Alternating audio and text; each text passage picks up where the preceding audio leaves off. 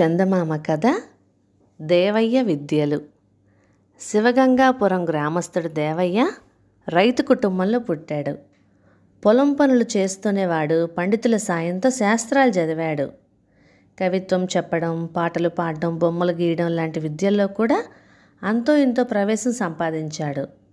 తండ్రి ధర్మయ్య వాణ్ణి ఏదో ఒకదాని మీద దృష్టి పెట్టరా, అన్నీ నేర్చినా ఎందులోనూ ప్రావీణ్యం లేకపోతే ముందు ముందు బ్రతుకు తెరువు కష్టమవుతుంది అని తరచూ హెచ్చరిస్తూ ఉండేవాడు. కానీ దేవయ్య ఆ మాటలు చెవికెక్కనీయకుండా, రోజులు మారాయి నాన్న, ఇప్పుడు సుఖంగా బ్రతకాలంటే పూర్వంలా ఏదో ఒక్క విద్య తెలిస్తే సరిపోదు, నేను ఇంకా చాలా చాలా విద్యలు నేర్చుకుంటాను అనేవాడు. ధర్మయ్యకు 10 ఎకరాల పొలం ఉంది. ఒకప్పుడు ఆయనకు 2 ఎకరాలే ఉండేవి. వ్యవసాయం మీద దృష్టి పెట్టి ఎంతో కృషి చేసి ఆయన బాగా సంపాదించాడు. తండ్రి చేసిన అప్పులు తీర్చడంతో పాటు కష్టాల్లో ఉన్న అన్నను ఆదుకున్నాడు. 2 చెల్లెళ్ళ పెళ్ళిళ్ళు చేశాడు. ఈ మధ్యే ఘనంగా కూతురి పెళ్ళి కూడా చేశాడు. ఇన్ని చేసిన ఆయనకు కొడుకు దేవయ్య గురించి నిత్యం దిగులుగా ఉండేది. ఎందుకంటే దేవయ్యకు ఉన్న గ్రామంలో కాక పట్నంలో స్థిరపడాలని ఉన్నది. అవతలి వాడు నోరు విప్పేలోగా తన గురించి గొప్పలు చెప్పుకోవడమే వాడికి అలవాటు. నీ గురించి నువ్వు చెప్పుకోవడం కాదురా, ముందు ఎదుటివారి గురించి తెలుసుకొని వాళ్ళల్లో పనికొచ్చేది ఏమైనా ఉంటే నేర్చుకోవాలి, లేకుంటే నీ పని ఎక్కడ వేసిన గొంగలి అక్కడే అన్నట్లుగా ఉంటుంది అంటూ ధర్మయ్య కొడుకును చాలాసార్లు హెచ్చరించాడు. కానీ ప్రయోజనం లేకపోయింది. ఇలా ఉండగా ఒక రోజున దేవయ్య మేనమామ సీతయ్య వాళ్ళ ఇంటికి వచ్చాడు. ఈడొచ్చిన తన కూతురు రాధకు దేవయ్య చక్కని జోడని పదే పదే చెప్పాడు. ధర్మయ్యకు ఆ పెళ్లి సంబంధం ఇష్టమే కానీ దేవయ్య మాత్రం నాకు చాలా విద్యలు వచ్చు, నాకు వచ్చిన వాటిల్లో సగమైన విద్యలు తెలిసిన అమ్మాయినే నేను పెళ్లి చేసుకుంటాను. రాధ నన్ను పెళ్లి చేసుకోవాలి అనుకుంటే ముందుగా రకరకాల విద్యలు నేర్చుకోవాలి అన్నాడు వాడు. నీకు ఏం విద్యలు వచ్చో కానీ నీ పేరు ప్రఖ్యాతలు వేరే ఎక్కడా వినలేదు. నీ విద్యల వల్ల ప్రయోజనం ఏమిటో నాకు తెలియదు. వాటిని ఉపయోగించి ఏ రాజు కొలువులోనూ ఉద్యోగం సంపాదించు, అప్పుడు రాధ కూడా నువ్వు చెప్పిన విద్యలు నేర్చుకుంటుంది అన్నాడు సీతయ్య. అది సవాలుగా తీసుకొని దేవయ్య వెంటనే రాజధానికి ప్రయాణం కట్టాడు. అక్కడికి చేరుకున్నాక ఒక ధర్మసత్రంలో బస చేశాడు. అక్కడ గుబురు మీసాలున్న నడి వయస్కుడు ఒకడు వాడికి పరిచయం అయ్యాడు. దేవయ్య అతడికి తనను గురించిన గొప్పలన్నీ చెప్పుకొని, రాజు కొలువులో ఉద్యోగం సంపాదించాలని వచ్చాను, వెంటనే ఉద్యోగం దొరుకుతుందని నాకు నమ్మకమే, అయితే జీతం ఎంత అడగాలో తేల్చుకోలేకుండా ఉన్నాను అంటూ మళ్ళీ గొప్పలు మొదలుపెట్టాడు. నడి వయస్కుడు కాసేపు ఆలోచించి, నువ్వు చెప్పిన దానిని బట్టి నీకు చాలా విద్యలు తెలుసు, కానీ రాజు కొలువులో వాటికి ఖాళీలు ఉన్నట్టు లేదు. నీకు కత్తి యుద్ధం గనక వస్తే రాజు కొలువులో అవకాశం ఉండొచ్చు అన్నాడు. కత్తి యుద్ధమా? అందులో నాకు కొంత ప్రవేశం ఉంది. ఎటొచ్చే దానిని కాస్త మెరుగులు దిద్దుకోవాలి. ఇక్కడ సరైన గురువు దొరుకుతాడా అని అడిగాడు దేవయ్య. ఇక్కడ వీరవరుడు అనే గురువు ఉన్నాడు. ఖడ్గ విద్యలో ఆయన్ను మించిన వారు ఉండరట. సమర్థులకు ఆయన ఉచితంగానే విద్య నేర్పుతాడు అన్నాడు నాయుడు వయస్కుడు. దేవయ్య మర్నాడు వాకప్ చేసి వీరవరుడిల్లు తెలుసుకొని తను వచ్చిన పని చెప్పాడు. ఆయన అతన్ని పరీక్షించి, నీలో చురుకుదనం ఉన్నది, దృష్టి పెట్టావంటే వారం రోజుల్లోనే ఖడ్గ విద్యలో మంచి ప్రావీణ్యం సంపాదించగలవు అంటూ వాడిని శిష్యుడిగా చేర్చుకున్నాడు. వారం రోజుల్లోనే దేవయ్య గురువు మెప్పు పొందేంతగా ఖడ్గ విద్యలో మెలకువలు ప్రదర్శించగలిగాడు. వారం రోజుల తర్వాత దేవయ్యకు సత్రంలో మళ్ళీ నడివయస్కుడు కనిపించాడు. ఆయనతో దేవయ్య మర్నాడే తన రాజు కొలువులో చేరబోతున్నట్లుగా చెప్పాడు. అందుకు నడివయస్కుడు, అయ్యో, నిన్న ఒక యువకుడు తన ఖడ్గ విన్యాస సామర్థ్యాన్ని ప్రదర్శించి రాజు కొలువులో చేరిపోయాడే. అయితే రాజుగారి కోశాగారంలో ఆదాయ వ్యయాల లెక్కలు వ్రాయడానికి ఒకరు కావాలట, ప్రయత్నించి చూడు.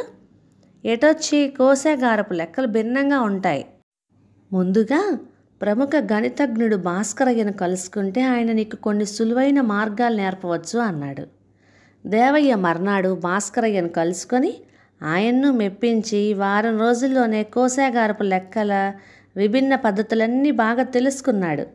అయితే అప్పటికి 3 రోజుల ముందే కోశాగారపు ఖాళీ కూడా భర్తీ అయిన విషయం ఆ తర్వాతనే వాడికి తెలిసింది.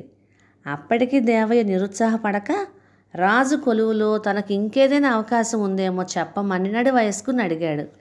ఆ విధంగా వారానికి ఒక కొత్త విద్యలో ప్రావీణ్యాన్ని సంపాదించడానికి కృషి చేయటంలో నీకు శ్రమ అనిపించడం లేదా అని అడిగాడు నడివయస్కుడు. నాకు విద్యాదాహం ఎక్కువ, విద్యాభ్యాసానికి చేసే కృషి నాకు శ్రమ అనిపించదు అన్నాడు దేవయ్య గర్వంగా. అయినప్పటికీ నువ్వు నీ మేనమామను సవాల్ చేసి 4 రోజులు గడిచిపోయాయి. ఇంతవరకు రాజు కొలువులో ఉద్యోగం సంపాదించలేకపోయావు. కాబట్టి నీవిక శివగంగాపురం వెళ్ళిపో. నీ మేనమామతో ఓటమిని అంగీకరించు. రాధను పెళ్లి చేసుకొని నీ తండ్రికి వ్యవసాయంలో సాయపడు అన్నాడు నడివయస్కుడు. అందుకు దేవయ్య అయిష్టంగా, నా మేనమామతో చేసిన సవాలులో నేను ఓడిపోయి ఉండవచ్చు, కానీ నేను నేర్చిన విద్యల వల్ల ఏ ప్రయోజనము లేదన్న ఆయన మాటను నిజం కానివ్వను.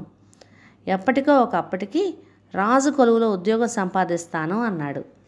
రాజు కొలువులో ఉద్యోగం సంపాదించడానికి అయితే నీ విద్యలు పూర్తిగా నిష్ప్రయోజనం అన్నాడు నడివయస్కుడు నమ్మకంగా.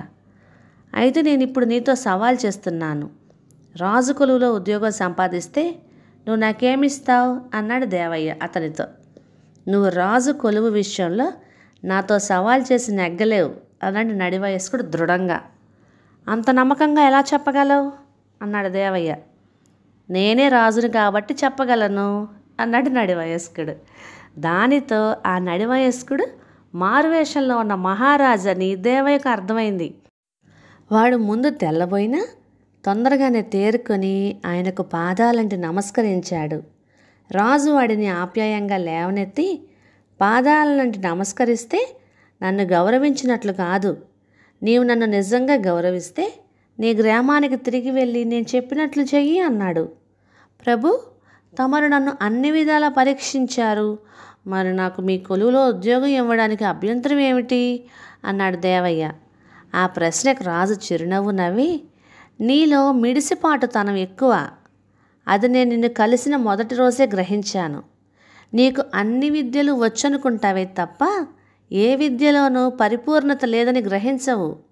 రాజు కొలువులో చేరటానికి నీకు తెలిసినది చాలదని ప్రతిసారి స్పష్టమవుతున్నా నీవు దాని గురించి ఏమాత్రం ఆలోచించినట్లేదు అన్నాడు. దేవయ్య దానికి కొద్దిగా చిన్నబుచ్చుకొని, ప్రభు, కానీ ఏ విద్యలోనైనా నేను అతి త్వరగా ప్రావీణ్యం సంపాదించగలిగానని తమరే ఒప్పుకున్నారు కదా. ప్రావీణ్యం అంటే ఎంత? రాజు కొలువులో ఉద్యోగం సంపాదించడానికి తగినంత. అంతేగాని ఏ విద్య అంతకు మించి నిన్ను ఆకర్షించలేదు. నీ వంటి వాడి విద్యలు నిష్ప్రయోజనం అన్నాడు రాజు. దేవయ్య ఆ మాటలకు మరింత చిన్నబుచ్చుకొని, ఇప్పుడు నాకు నాలోని లోపం తెలిసింది. నేను తమరు చెప్పిన విద్య మీద దృష్టి పెట్టి శ్రద్ధ వహిస్తాను. నాకు తమరి కొలువులో ఉద్యోగం ఇప్పించండి అంటూ రాజును ప్రాధేయపడ్డాడు. నువ్వు ఆరంభంలోనే ఇలాగ ఆలోచించి ఉంటే నీకు తప్పక ఉద్యోగం ఇప్పించుండేవాణ్ణి. కానీ నువ్వు ప్రతి దాంట్లోనూ ఆలస్యమే చేశావు అన్నాడు రాజు. కానీ తమరిని కోరడం విషయంలో నేను ఆలస్యం చేశాను అనుకోను. తమరు ఈ దేశాన్ని నేలే ప్రభువులు, తమరు మహారాజుని తెలిసిన వెంటనే నా కోరిక కోరాను అన్నాడు దేవయ్య. రాజు నవ్వి, మనం 1 రోజుల క్రితమే కలుసుకున్నాం. నేను నీకు రాజు కొలువులో ఉండే ఉద్యోగ అవకాశాల గురించి అప్పటికప్పుడు చెబుతూ వచ్చాను. నేనెవరో, నాకు ఇవన్నీ ఎలా తెలుస్తున్నాయో అన్న ఆలోచన నీకు రాలేదు. నా గురించి తెలుసుకోవాలన్న కుతూహలమే నీలో రగలలేదు. కారణం, నీకు నీ గురించి తప్ప ఎదుటివారి గురించిన ఆలోచన లేదు. ఎంతసేపు నీ గురించే చెప్పుకోవాలన్న తపన విడిచి నేనెవరై ఉంటానా అని ఒక్క క్షణం ఆలోచించి ఉంటే నీవు నన్ను గుర్తించడానికి ఆలస్యం జరిగేది కాదు. ఎదుటి మనిషిని గుర్తించి అంచనా కట్టడం, ఇంత ఆలస్యం చేసిన వాడికి రాజు కొలువులో స్థానం ఉండదు. ఇప్పటికీ నేను చెబితేనే నా గురించి తెలిసింది తప్ప నీకు నువ్వుగా నన్ను తెలుసుకోలేకపోయావు అన్నాడు. ఈ మాటలు విని దేవయ్య సిగ్గుతో తల వంచుకున్నాడు. వాడు రాజు చెప్పినట్టే శివగంగాపురం తిరిగి వెళ్ళి తండ్రి వద్ద వ్యవసాయపు పనులు శ్రద్ధగా నేర్చుకుంటూ ఆయనకు ఎంతో సంతోషం కలిగించాడు. తర్వాత రాధను పెళ్లి చేసుకొని కలకాలం సుఖంగా జీవించాడు. తాను నేర్చిన విద్యలను ఆ గ్రామంలోని ఆసక్తి గల యువకులకు నేర్పుతూ వాటిలోని మెలకువలను తెలియజేసేవాడు. ఆ యువకులు ఎంతో ఆనందంగా, నువ్వు రాజు కొలువుకు అంకితమైతే మాకీ అవకాశం ఉండేది కాదు అని మెచ్చుకునేవారు. తన విద్యలు పూర్తిగా నిష్ప్రయోజనం కాదని తెలియడంతో దేవయ్యకు ఎంతో సంతోషంగా ఉండేది. అయితే వాడు తన విద్యల గురించి గొప్పలు చెప్పుకునే అలవాటు మాత్రం పూర్తిగా మానుకున్నాడు. కథ సమాప్తం. ఇక ఈ కథ మీకు నచ్చినట్లయితే ఇలాంటి మరెన్నో తెలుగు చిట్టిపొట్టి కథల కోసం లైక్ చేయండి, షేర్ చేయండి, సబ్స్క్రైబ్ చేయండి. Thank you.